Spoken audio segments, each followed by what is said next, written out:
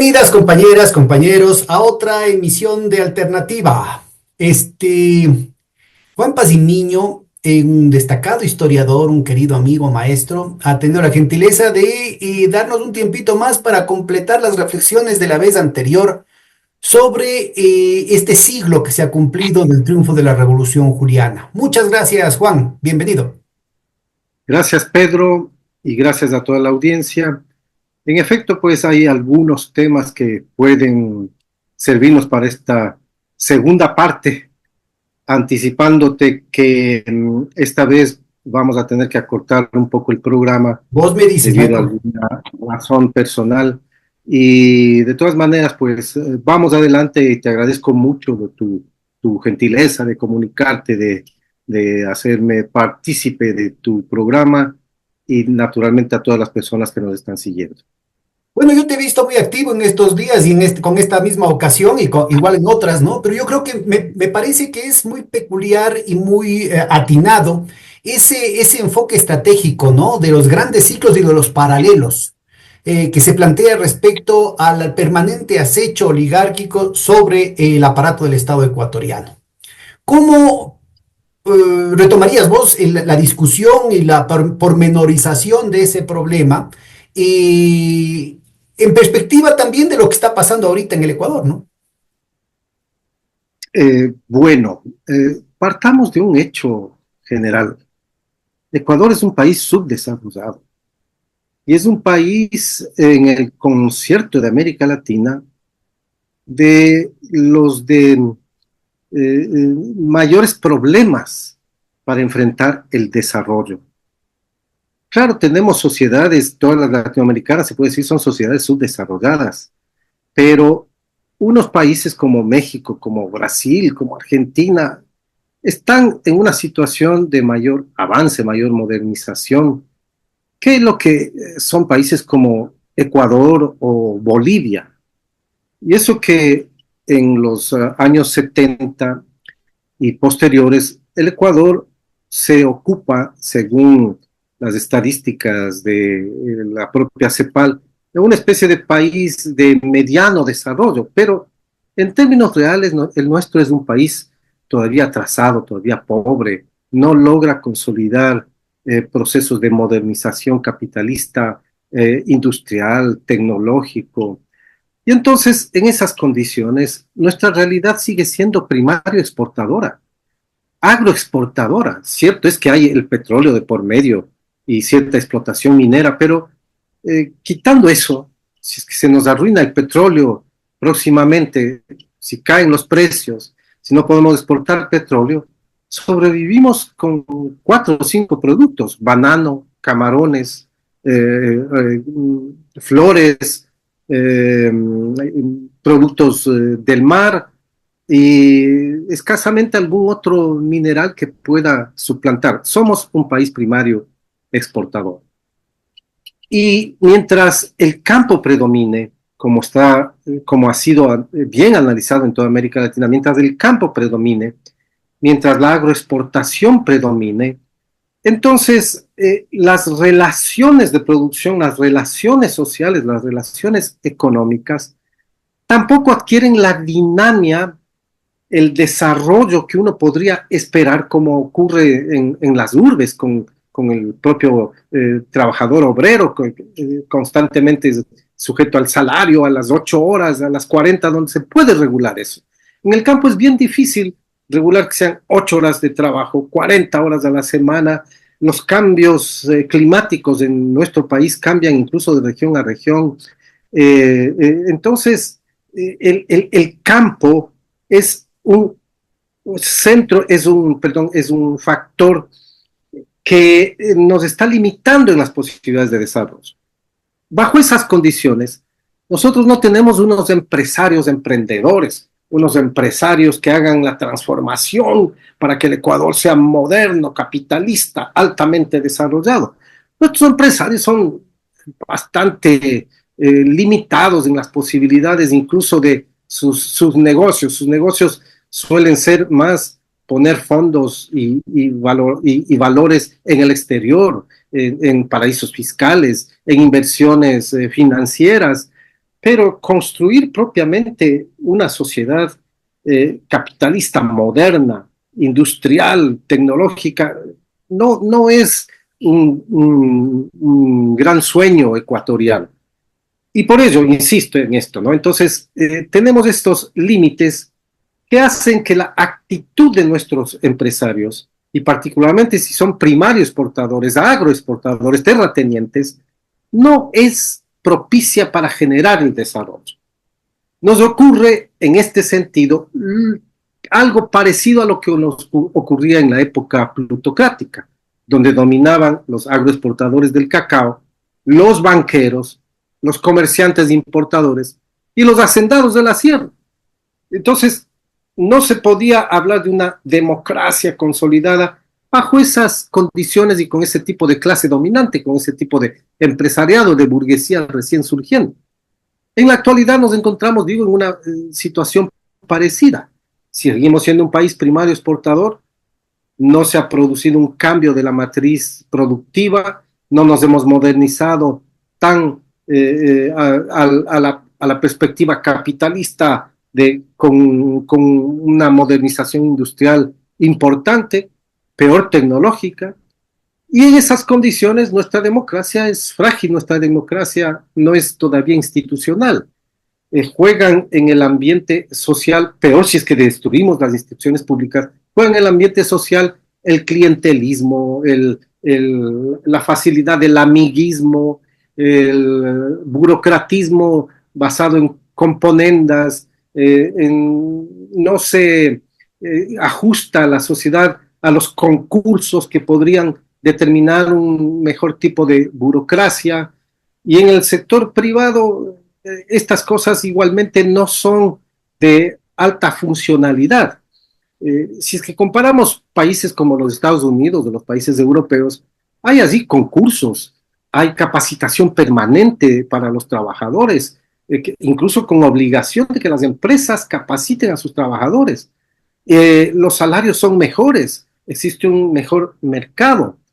Y la condición, por ejemplo, en Europa es que creció una clase media que impide esos choques tan violentos que tenemos en América Latina entre una élite absolutamente concentradora de la riqueza y una gran masa que vive en la pobreza. Los últimos estudios que está publicando nuestro amigo, nuestro colega, nuestro compañero Jonathan Báez, por ejemplo, dan cuenta de cómo el 10% de la población ecuatoriana está concentrando el 70% al menos de la riqueza, 10%, si no es más. Porque es una fórmula también que si utiliza... De los datos reportados oficialmente, ¿no? Claro, oficialmente. Y hay un amplio sector que no entra en las estadísticas porque simplemente no queda registrado. Y por consiguiente, ese 10% que acumula riqueza y tiene al frente un 70% de la población en la pobreza, en la miseria, en el subempleo, en el desempleo, difícilmente esta sociedad tan polarizada puede decirse que sea una sociedad democrática ideal, con instituciones fuertes que permitan ser un amortiguadores, pues, que sean amortiguadores de la contradicción y los conflictos que se genera una élite reducida que ocupa el poder, que mantiene la riqueza, y una gran masa que no bueno, tiene. Mira, más que... Las instituciones también quedan afectadas. Sí, las instituciones igualmente quedan afectadas. Más que temas ¿no? ideales, yo justamente quería ir a esto, ¿no? Cómo las instituciones nacen en el análisis concreto de la situación concreta, nacen desde la funcionalidad de ciertos equilibrios de fuerzas, de ciertas pugnas y de mecanismos que permiten superar ese conflicto o de procesar ese conflicto. Yo me sonreía el rato que empezaste a conversar, porque no es por casualidad que en dos conversaciones recientes con Clodoveo Astudillo y Javier Garaycoa surgió el tema, no lo introduje yo por si acaso, yo me disculpo de antemano, surgió el tema de la vía Juncker, ¿no? Para nuestra audiencia. Hay varias vías de formación del sistema capitalista, del modo de producción capitalista. En Marx está presente la vía que viene por el lado del capital, o sea, desde la esfera de la circulación, el capital comercial y el capital usurario, y el otro que sería la vía revolucionaria, que es por el lado de la producción. Y en la perspectiva de los estudios de Lenin, él ubicaba el tema del capital agrario. Entonces tenías dos grandes versiones, que sería: la una es la vía farmer, o sea, del pequeño agricultor, pequeño y mediano agricultor, que empezaba a invertir capital y a contratar trabajo asalariado, y la otra es la vía Juncker. O sea, Juncker son los herederos, los hijitos de papá, los segundos además, en el sistema prusiano, que desde el monopolio precapitalista de la tierra empezaban a modernizarse, porque no les quedaba otra. Y eso obviamente conllevaba los temas que Juan estaba planteando, de autoritarismo, de concentración y polarización brutal de la riqueza, de una actitud no solamente autoritaria, sino elitista, antiplebeya, etcétera, etcétera, que un poco rompe con lo que podría ser otra historia de sectores de la burguesía que tuvieron que conquistar por la vía revolucionaria el poder en contra de las oligarquías, en contra de los gamonales, y que necesitaba hermanarse con el pueblo en su lucha de ascenso, ¿no? La revolución inglesa, la revolución americana, la revolución francesa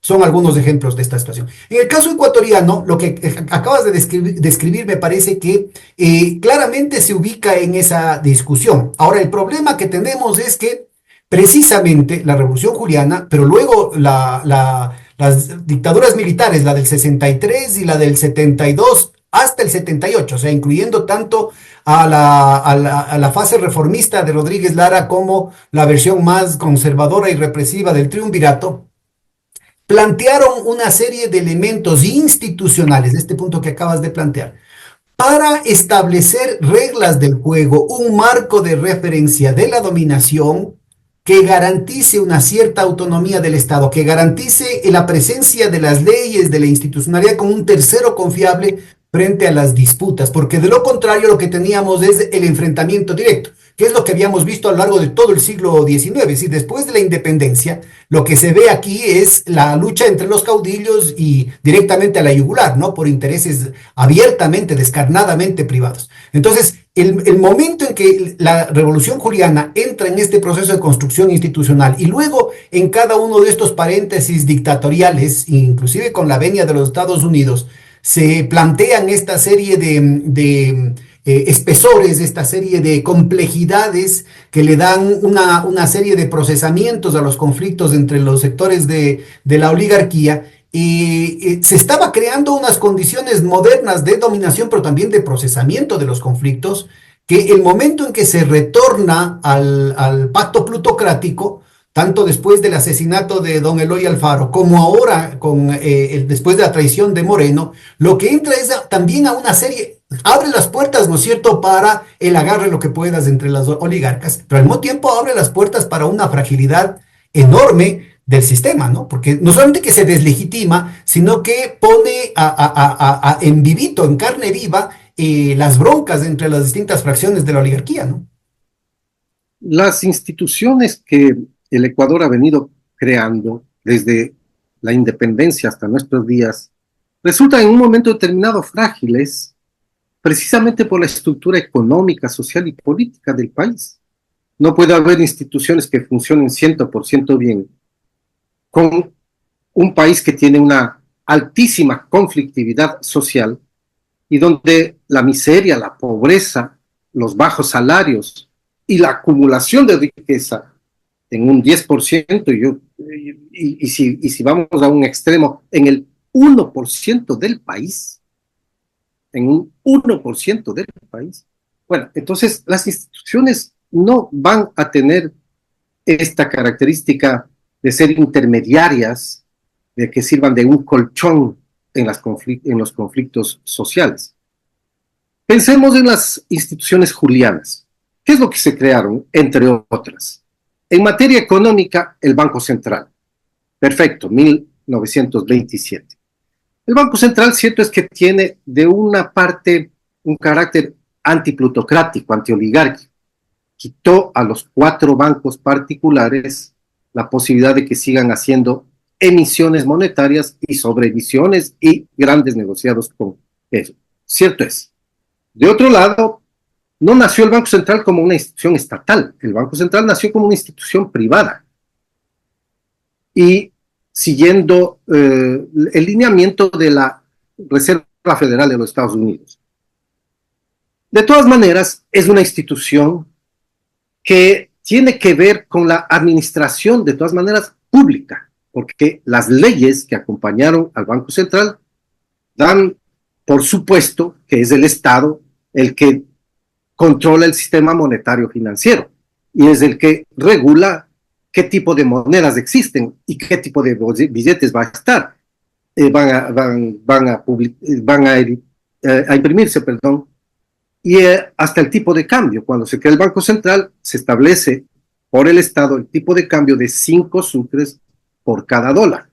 Y eso duró hasta los años 60. O sea que tuvo una buena institucionalidad el sucre. Pero, ¿qué pasa con esa institución? Una institución llamada entonces a ser reguladora de la moneda, de los bancos, bastante independiente de lo que son las decisiones gerenciales de los bancos privados, desde 1931-32 es captada ya por sectores representativos de la banca, de los empresarios.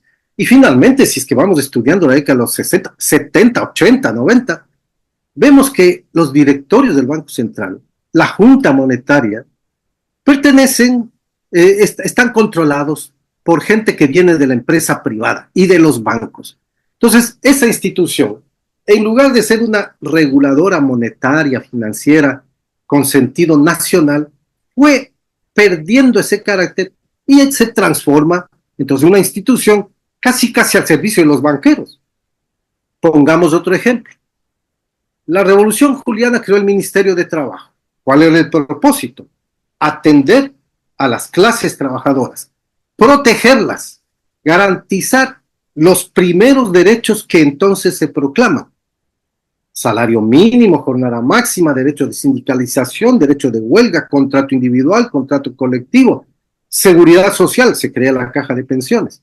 Perfecto. Entonces, todo parece que va bien hasta que el Ministerio de Trabajo es captado también por personalidades que provienen de la empresa privada.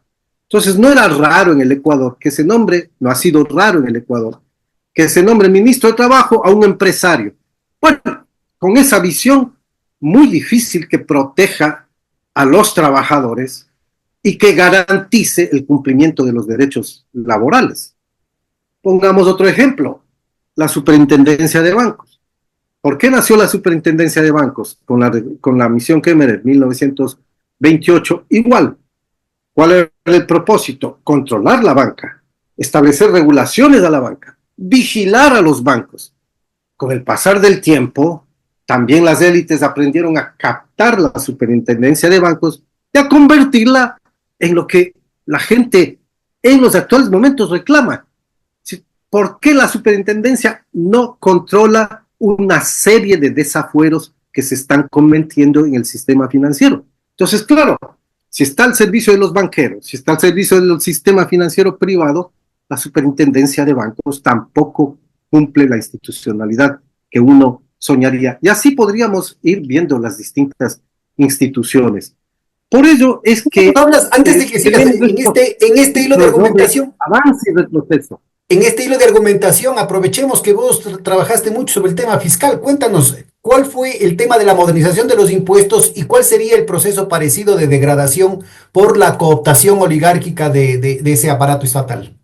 Igual, ¿cuáles eran los impuestos antes de la Revolución Juliana?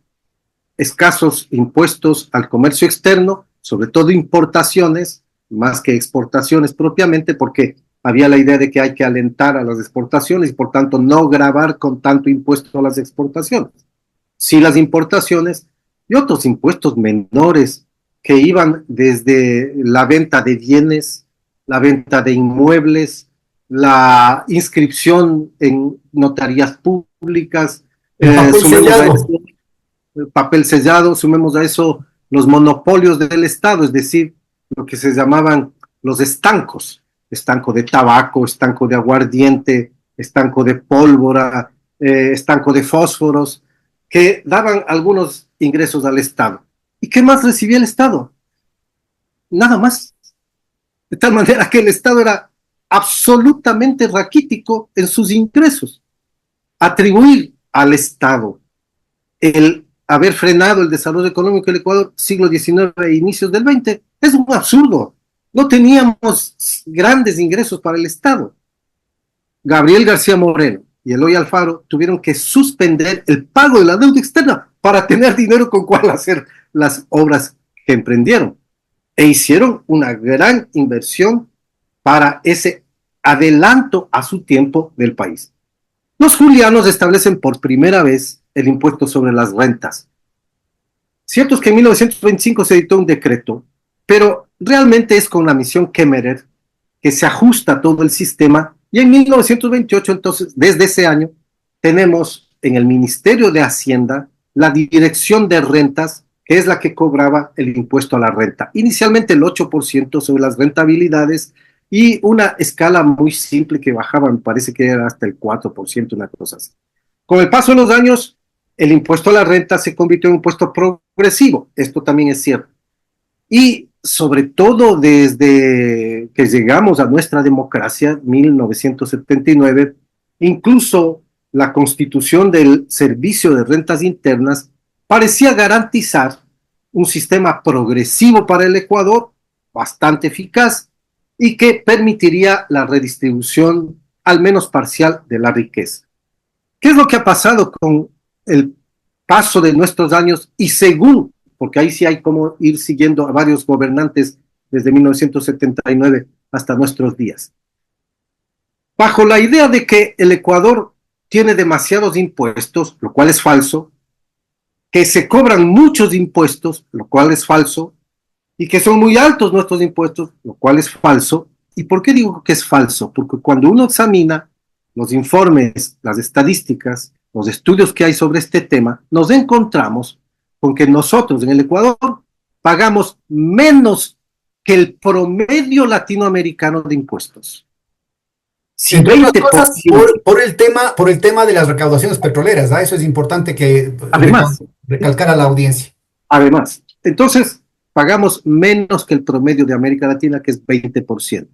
Hay países que están por sobre ese 20%, 24, 25, 30%, en el caso me parece que es de Uruguay y Costa Rica, me parece que estaban por ahí, pero el Ecuador por debajo del 20%.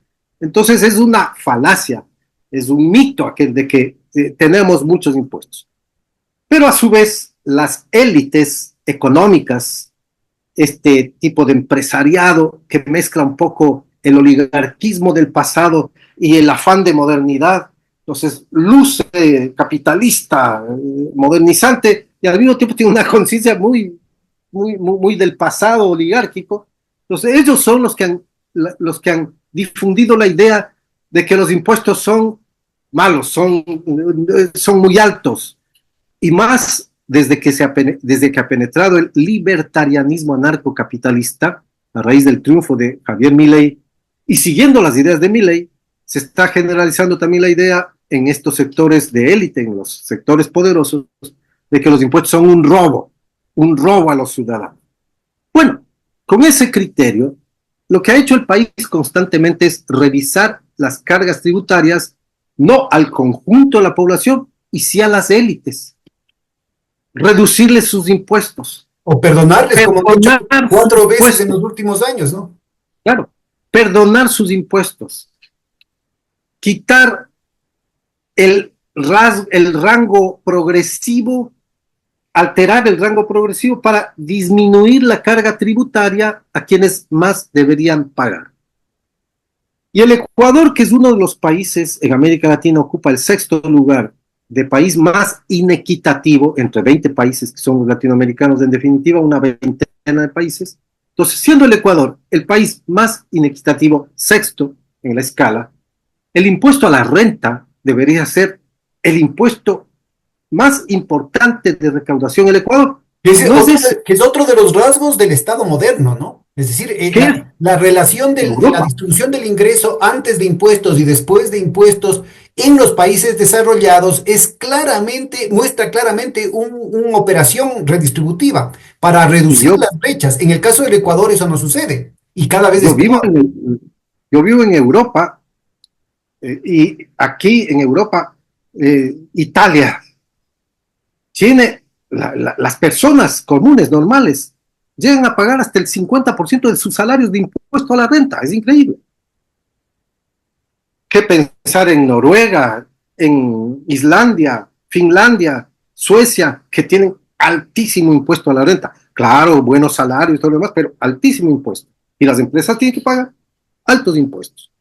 Bueno, a nadie se le ocurre pensar que hay que quitar esos impuestos para favorecer mejor impuestos generales, como el IVA. El IVA es el típico impuesto no redistributivo de la riqueza, sino regresivo de la distribución de la riqueza. Entonces, claro, puedes subir el IVA del 10 al 14, al 15%, y comparar con Colombia y Perú, porque así argumentan, dicen, allá tienen más alto impuesto del IVA. Claro, pero ese no es el impuesto que debería tener el Ecuador más alto. El impuesto que debería tener el Ecuador más alto es, sin duda, el impuesto sobre las rentas, porque este es un país de una élite que acumula riqueza de una manera escandalosa. Es gracioso, pero en la literatura neoclásica, es decir, en la literatura convencional, hay un consenso de la derecha y de la izquierda de que tiene que avanzarse hacia una estructura impositiva orientada a impuestos progresivos, ¿no? A impuestos directos, a impuestos directos y progresivos, y dejar atrás el papel de los impuestos indirectos. Era por un tema de eficacia recaudatoria que no quedaba otra que cobrar aunque sea el IVA. Pero ahora se oye a gurús de la economía como Augusto de la Torre que dice, no, no, hay que subir el IVA al 23% para bajar los impuestos a las empresas, porque es demasiado alto en el Ecuador. Exactamente lo que acabas de decir. Y además, a esas empresas que no pagan alto impuesto sobre las rentas, no hay impuestos sobre las utilidades, por ejemplo, que crearon los julianos de 1925.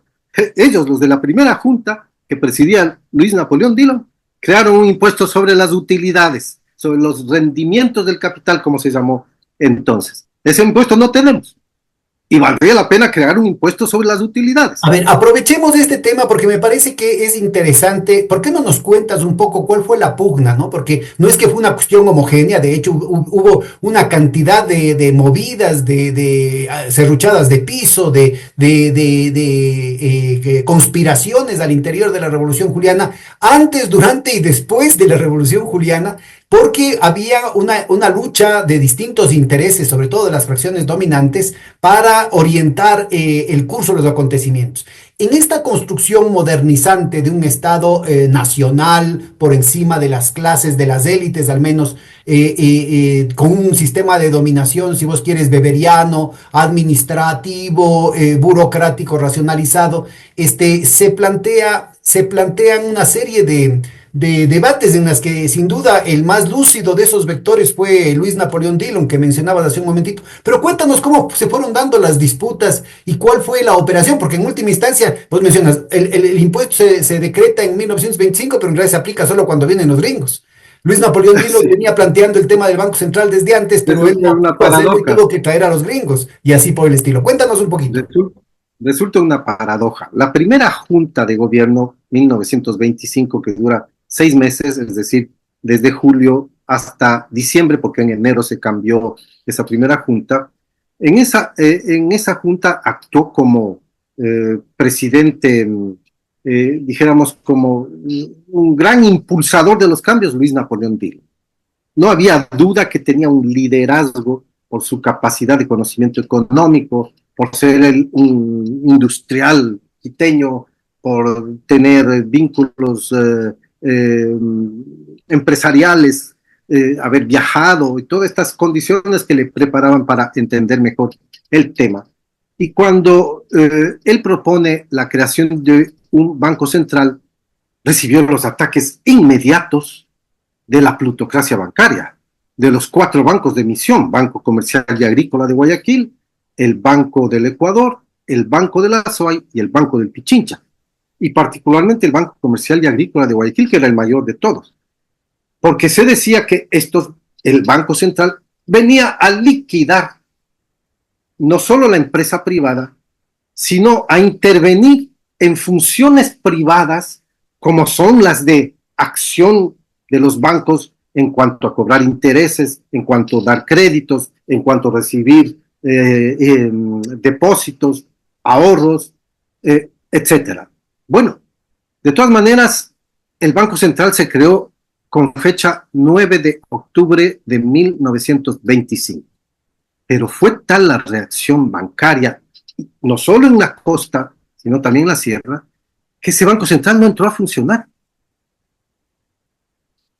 Y eso que un banquero guayaquileño, Víctor Emilio Estrada, y además un hombre que sí tenía serios conocimientos de economía, él, antes de la Revolución Juliana, ya había planteado la posibilidad de una caja central de emisión. Y Víctor Emilio Estrada también en sus escritos se queja y dice, no comprenden mis colegas, ¿a quiénes se refiere? A los banqueros, a los empresarios de la época, dice, no comprenden lo importante que puede ser para nosotros mismos, para nuestros propios negocios, una caja central de emisión. Se llamaba así entonces caja central de emisión, eso es lo que decía Víctor Emilio Estrada, que era lo mismo que un banco central, a eso se refería.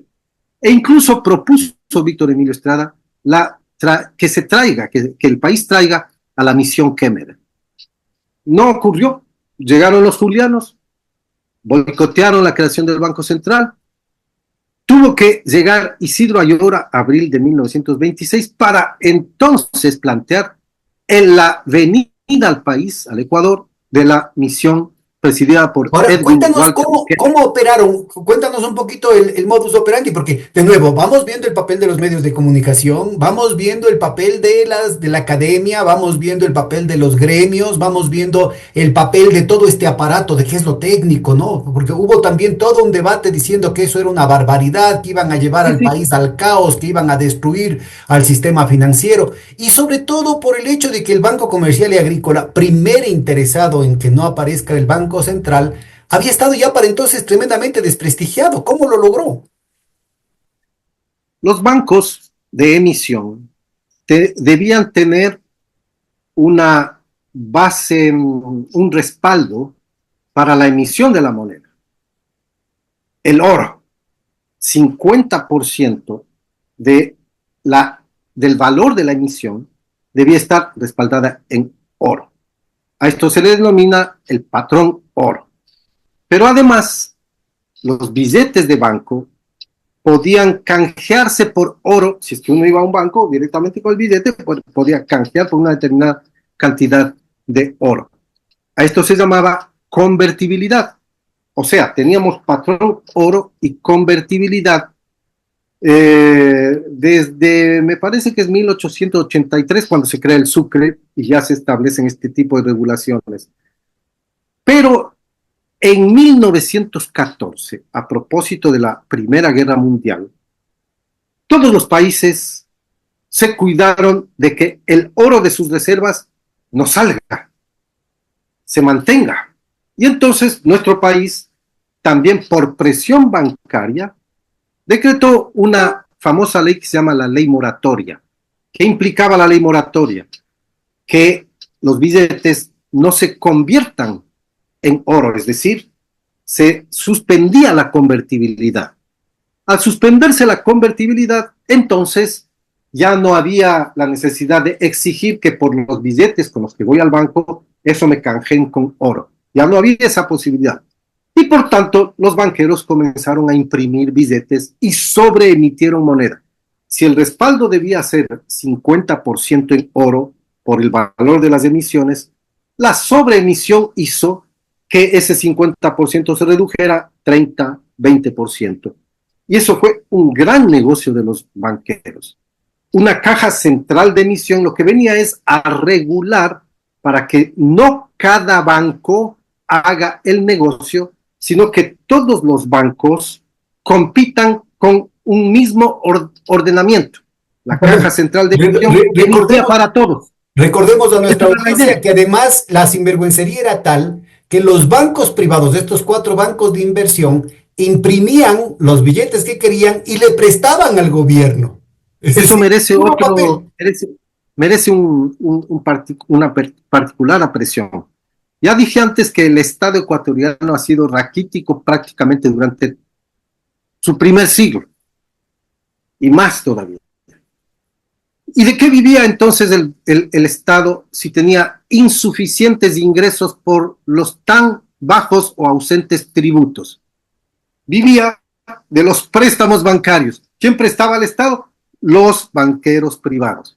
Y por eso Luis Napoleón Dillon denunciaba en ese libro que tiene, La crisis económica financiera del Ecuador, denunciaba él a la misión Kemmerer que los bancos privados habían prestado tanto de dinero al Estado que el Estado era un grillete más de la cadena de administración de los bancos. O en otras palabras, que el Estado no era ni siquiera independiente, no era una gran institución al servicio de los ciudadanos, sino que el Estado era un servidor más de los intereses y de los negocios de los bancos. Eso es lo que cortó la Revolución Juliana. Entonces, por eso la resistencia a la banca central es evidente en los banqueros de la época, más los comerciantes, más los agroexportadores, que entre todos formaban algo así como una élite de compadrazgos, de familias vinculadas socialmente, incluso por matrimonios entre ellos, y sobre todo con ese espíritu de cuerpo. Pertenecemos a la misma élite, tenemos que todos cuidarnos, todos adoptar las mismas medidas, todos quejarnos al mismo tiempo. Bueno, todo ello que es práctica usual hasta nuestros días en las cámaras de la producción. Bueno, excepto con la disidencia el tipo de edición que de tiene. los Estrada, ¿no? Que ya el antecedente era el padre de Víctor Emilio Estrada, que fue Emilio Estrada, cercano a don Eloy, aunque al final tienen esta desaveniencia por el hecho de que don Eloy le dice, estás tan enfermo que te vas a morir y vas a quebrar al país, y de hecho es lo que sucedió. Pero en todo caso, creo que es Rafael Quintero, pero también Andrés Guerrero, que hacen una caracterización de las distintas fracciones de la oligarquía y de la oligarquía guayaquileña, y establecen que la banca generada en torno a los Estrada era de una fracción no, o sea, en contraposición a la oligarquía terrateniente agroexportadora, esta de aquí era más bien una fracción importadora industrial. Y entonces ahí viene una coincidencia con el proyecto industrialista de Luis Napoleón Dillon. Cuéntanos un poquito eso, cómo se armaban las distintas fracciones y más allá de los nombres, ¿qué es lo que estaba en juego en el país? ¿Cuál era el proyecto de país que se estaba disputando? Bueno, además, complejo el tema, pero tratando de sintetizarlo. Además de los bancos de emisión, existían bancos comerciales, no emitían, pero hacían el juego que hace todo banco, recibir dinero y hacer préstamos. Existían bancos hipotecarios, es decir, destinados solamente a préstamos para inmuebles. Y existían las casas bancarias o casas personales. Si yo tenía posibilidades de acción, fundaba, no un banco, pero fundaba una casa de préstamos y con eso operaba. Entonces, como se ve, ya allí hay distintas fracciones de clase, se diría desde una perspectiva marxista, fracciones de la misma clase dentro de los banqueros, que tenían razones, pues, para cada uno plantear sus propios intereses. Quien no emite moneda, como eran los bancos comerciales, sí les interesa que, en cambio, los intereses que ellos cobraban sean superiores cada vez más frente al pago que se hacía de los ahorros, es decir, que el interés activo de los bancos sea más, evidentemente, que el interés pasivo. Y, de otra parte, dos tipos de bancos, mejor, no dos bancos, dos tipos de bancos. Uno era el banco de los importadores, como dice Andrés Guerrero, que tú estás citando. Banco de los importadores, como era el Banco del Ecuador. Y el otro era el Banco de los Exportadores, precisamente los cacaoteros, el Banco Comercial y Agrícola de Guayaquil. El Banco de la SUAY era de comerciantes sobre todo, y claro, en una sociedad más restringida. Y el Banco del Pichincha era típico de los terratenientes serranos, más vinculados con ese sector. Y claro, el que dominaba era el Banco Comercial y Agrícola. Por consiguiente, cuando Luis Napoleón Dillon, que es un industrial y que sí tiene visión de una industrialización del país, es uno de los grandes promotores de la ley de industria que dicta la primera Junta Juliana. Otra ya había dictado Eloy Alfaro a su época, entonces ahora se dicta otra ley de industria, Claro, el propósito es un poco modernizar al país, ¿no?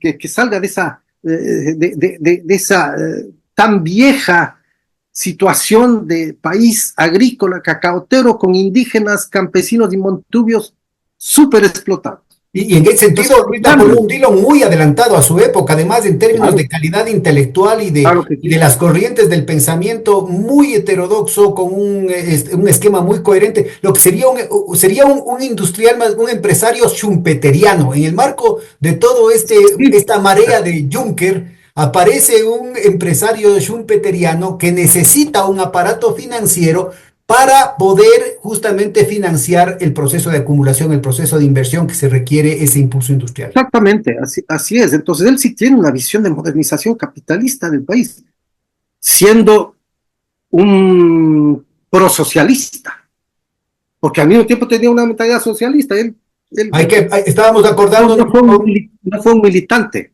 estábamos acordando justo con Clodoveo y con Javier, estábamos conversando como en el grupo Antorcha, en algún momento Luis Napoleón Dillon hace una colaboración, o sea, presenta un artículo para el periódico Antorcha, ¿no? Que muestra Y su vinculación con Ricardo Paredes, el fundador del sí, Partido Socialista. así es. Pero digo, toda esta mentalidad le daba visión económica y visión social. Entonces, claro, si él plantea un proyecto industrial, y peor aún, un proyecto industrial y además con derechos para los trabajadores en general, bueno, la oligarquía ecuatoriana que ha estado acostumbrada siempre, hasta nuestros días, acostumbrada a explotar trabajadores, a vivir de la pobreza de los trabajadores, de los bajos salarios, de recortarles los derechos mientras lo que más se pueda. Para algunos sectores de la oligarquía ecuatoriana del pasado y del presente, si tuviéramos esclavos sería mejor. Esa es la mentalidad que tienen algunos. No todos, pero personas influyentes que provienen de estos sectores parece tener este tipo de mentalidad, porque no de otra manera se explica que quieran flexibilizar el código del trabajo, pero quitando todos los derechos laborales. No pueden quitar ya la jornada y el salario porque ya sería un escándalo, pero han intentado, por ejemplo, en estos últimos tiempos, han intentado que la jornada de 40 horas, que se conquistó en 1979, que establece que de lunes a viernes es donde se hace la jornada de 40 horas. Han pretendido que se haga de martes a sábado, que un poco sea variable para que se extienda hasta los domingos. Todas estas cosas, Y yo tengo rompiendo esas el límite de las propuestas. 8 horas, que no es del 79, sino de 1916. Del 16 de Alfredo Baquerizo Moreno que le introduce. Claro, en un ambiente que los trabajadores para No, 8 horas en son realidad no es un España. intento, Juanito, porque acuérdate que en el Instituto de Investigaciones Económicas de la Católica hicimos varias mesas redondas a partir de enero del 2018, porque el Sí, ministro de Agricultura, a propósito de lo que estábamos conversando de la cooptación de las instituciones, que era el presidente de los bananeros ecuatorianos, el señor Ledesma, por acuerdo ministerial, ni siquiera por decreto, es decir, rompiendo el artículo 425 de la Constitución que plantea la pirámide de Kelsen, la jerarquía del bloque constitucional, luego las leyes orgánicas, luego las leyes ordinarias, luego los decretos y al último están los acuerdos. Él con un acuerdo ministerial del Ministerio del Trabajo rompió el Código de Trabajo y rompió lo que el Ecuador había firmado ante la Organización Internacional del Trabajo, que es parte del bloque constitucional. así es. Bueno, volviendo al caso de Luis Napoleón Dilo, entonces este proyecto choca con la costa, con los grandes empresarios, ¿Quiénes son los que con le la... serruchan el piso a Luis Napoleón Dillon dentro de los Julianos? Bueno, el, para serte franco, la primera junta no le serruchan propiamente ahí, por ponerlo en estos términos, pero la resistencia bancaria es indudable, a tal punto que a Luis Napoleón Dillon le decretaron en Guayaquil, enemigo de Guayaquil, y a la primera junta le trataban de Que es estatista y de la tesis regionalista. y regionalista, ¿no? Que es la tesis que además algunos sectores quieren reivindicar ahora, de que la Revolución Juliana fue un golpe regionalista. Bueno, pero así dicen, déjame ver, aquí tengo un dato que me va a a servir. En la primera junta están Luis Napoleón Dillon, José Rafael Bustamante, Francisco Boloña, Francisco Arizaga Luque, Pedro Pablo Garay Coa, Modesto Larrea Gijón y el general Francisco Gómez de la Torre.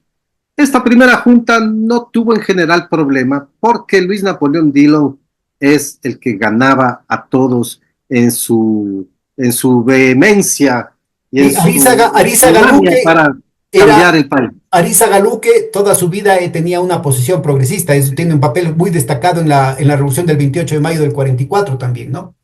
Pero la presión fue tal que los militares cambiaron la junta y creyeron que con una segunda junta, aquí viene el problema, en la segunda junta creyeron que aliviarían las tensiones que se estaban creando. Luis Napoleón Dillon llega a decir en su libro, La crisis. crisis económica financiera del Ecuador, llega a decir que cuando se fundó el primer Banco Central frustrado, 29 de octubre de 1925, fue tal el incendio que se ocasionó en la costa que él fue a Guayaquil. Cuenta, yo fui a Guayaquil para calmar los ánimos. Y ahí me encontré con que se habían organizado guardias cívicas armadas para defender la propiedad privada. Habían hecho unos, no sé si uno o varios desfiles, incluso uno de ellos con las, Con los crespones negros. Crespones negros, porque ya Mira, apoyando. mira, cómo se repite la historia con la marcha del millón de crespones negros encabezada por Aspiazu Seminario, Los Isaías, Febres Cordero, Nebot en Guayaquil, inclusive pidiendo armas para atacar a Quito. Acuérdate de que Illingworth planteaba que Guayaquil debería pedir visa a los ecuatorianos para que entren a la ciudad. Así es, así es. Mira, entonces te iba a ir a la segunda junta. Entonces, los militares que habían apoyado la primera junta deciden cambiar la primera junta. Creyeron que nombrando una segunda, las tensiones bajarían. En esa segunda junta ocurre un problema.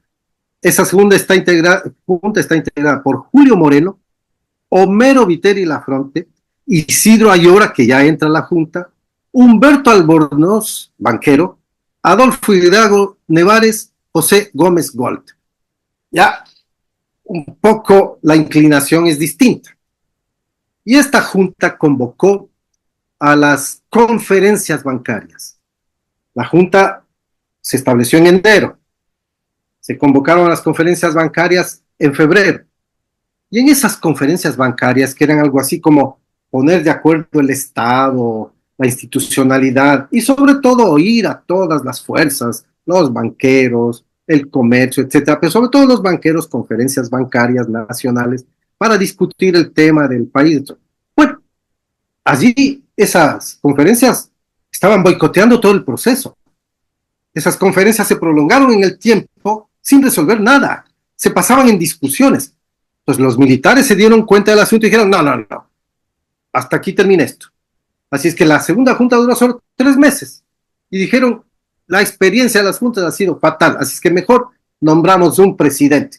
Y lo nombraron a Isidro Ayora Cueva, presidente interino, que ejerció desde el 1 de abril de 1926 hasta el 24 de agosto de 1931.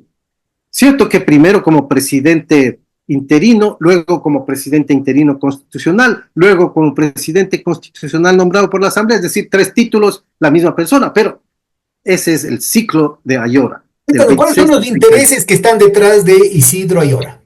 Bueno, Isidro Ayora sí concreta el programa Juliano, esto es cierto, yo lo he sostenido, concreta el programa Juliano, porque si vamos a lo que planteaba la propia Liga Militar, que establecía, fíjate tú, aquí está el documento, la Liga Militar de 1924, porque se fundó en octubre del 24, ya establecía centralización de renta y servicios administrativos. 2, establecimiento de una absoluta economía suprimiendo todo egreso innecesario que lleve a la nivelación del presupuesto.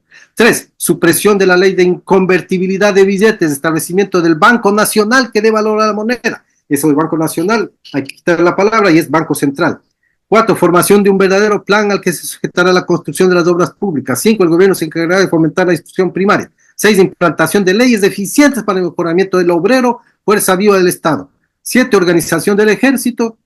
8, revisión completa de leyes militares. 9, implantar leyes que tiendan a dignificar a la raza indígena. 10, modificar la Constitución en el sentido de que el presidente de la República será responsable de sus actos. 11, gravar con el 25% los capitales que emigren motivados por creciente ausentismo. Y 12, creación del impuesto progresivo, fijándose un capital mínimo que favorezca al proletariado. Ese era el propósito de los militares. Entonces, por eso, si es que uno comprende la documentación de la época y lo que ellos plantean, no hay duda que Isidro Ayora es el que concreta ya definitivamente el proyecto juliano.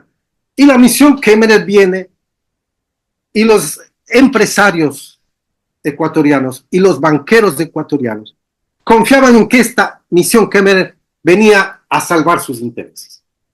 Así lo sostuvieron, así escribieron, ya viene la misión felizmente, ya no este Isidro Ayora que sigue con los militares, que siguen con estas ideas. Viene la misión Kemmerer.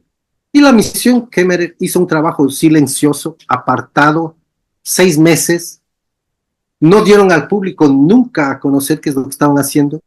Comenzaron a quejarse los empresarios, sus organizaciones, los banqueros, ¿qué están haciendo? No se sabe, ¿qué es esto? ¿Qué nos van a entregar al país? Y la misión Kemmerer entregó un programa muy interesante que tenía finalmente un carácter antioligárquico. Entonces, los proyectos, que me parece que son 14 proyectos, aquí también tengo esos proyectos, déjame ver un segundo.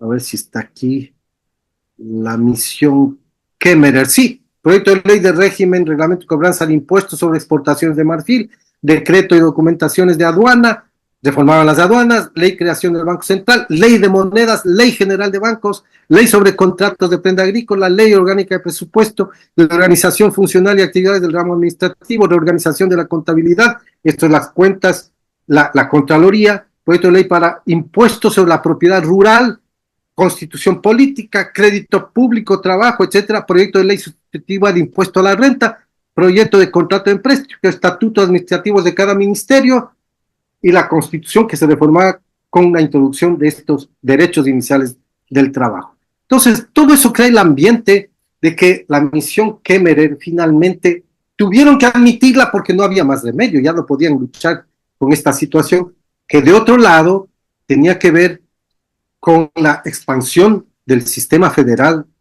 de la Reserva Federal de los Estados Unidos en América.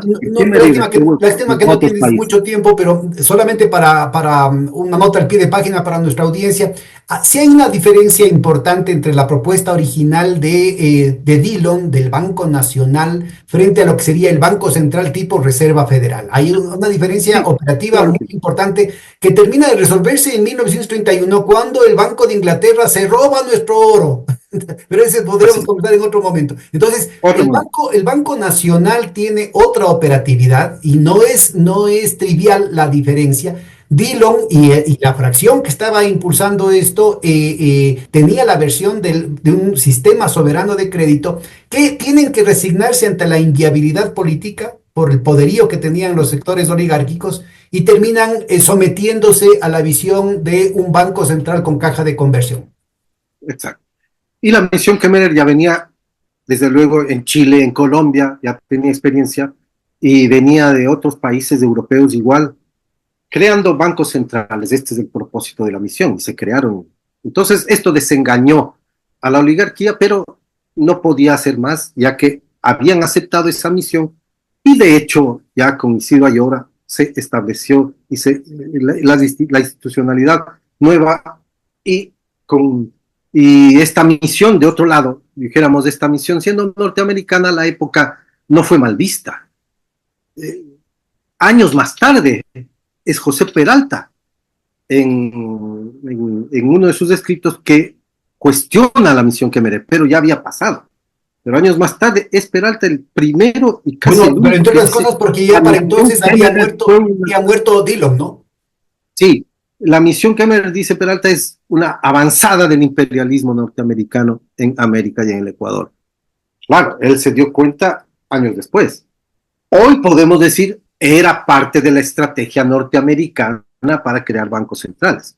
Pero de todas maneras, Yo completaría con un picante ahí, porque es la avanzada de los Estados Unidos, pero un Estados Unidos cuyo sistema financiero había sido ya conquistado por los intereses británicos, justamente en la Constitución de la Reserva Federal de 1913. Esas no son precisamente las versiones gringas, digamos, propiamente gringas. Recordemos que los bancos gringos, los bancos locales gringos, para ese momento sumaban como 30.000. Es una cosa enorme. O sea, y no son por eso los es que en bancos, la no es crisis JP bancaria, Morgan, son los Rockefeller, porque esos son la centralización de la banca que justamente se opera a partir de Wall Street y de la Reserva Federal. Entonces, lo que viene por eso acá es es la que, avanzada gringa, pero esta versión financiarizada, controlada desde los intereses de Londres.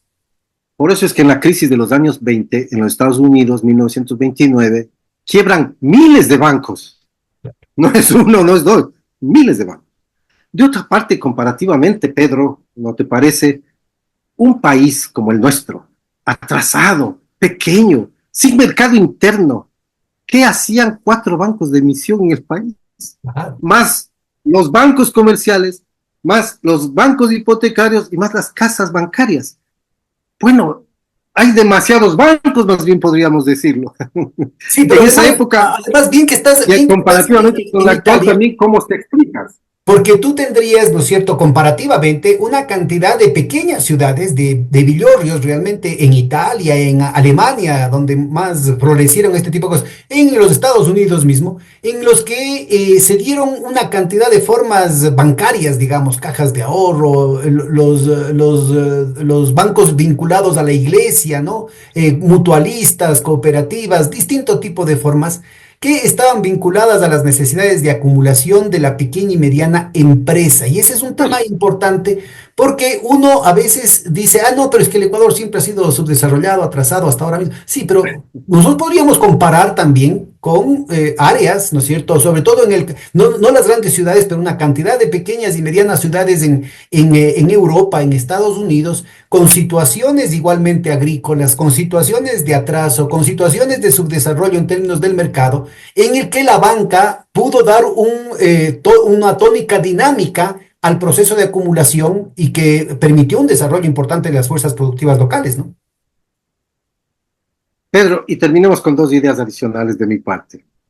La una, hay un libro muy interesante que creo que lo he citado en tu programa en algún momento, de una investigadora norteamericana que compara la ciudad de Baltimore y la ciudad de Guayaquil en el año 1830, alrededor de esa época.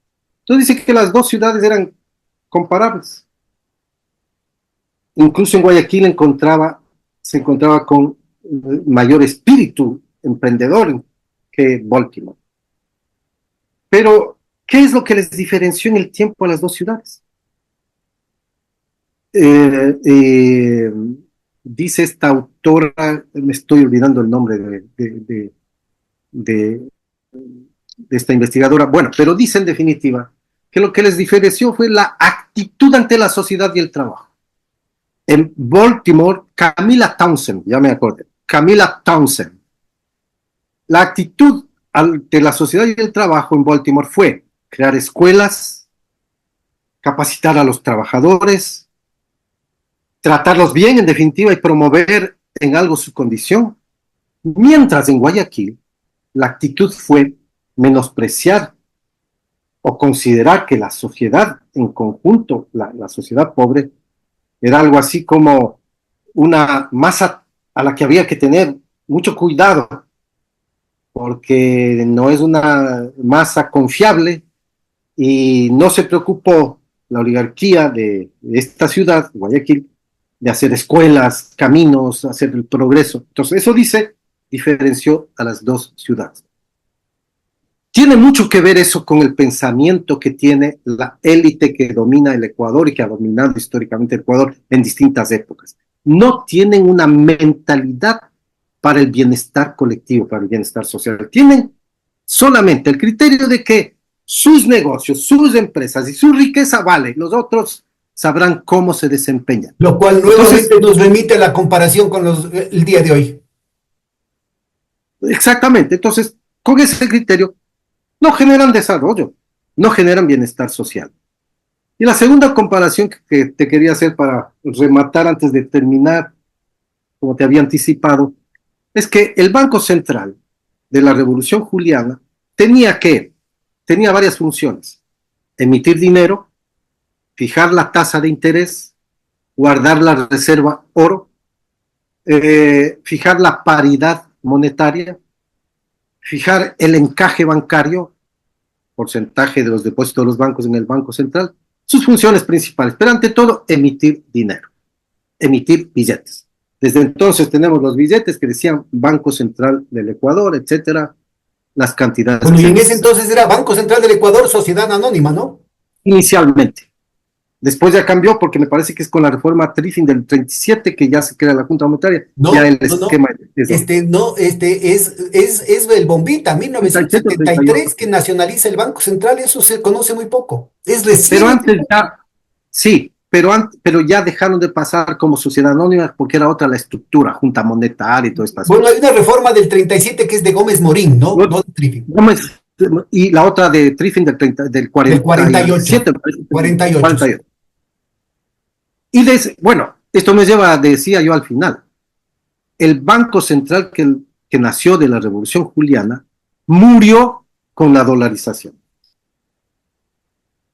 ¿Por qué? Porque el Banco Central dejó de emitir la moneda nacional y el Banco Central en dolarización es otra cosa, pero ya no el Banco Central que nació con la Revolución Juliana para emitir la moneda nacional. Así es que viva la Revolución Juliana y su centenario.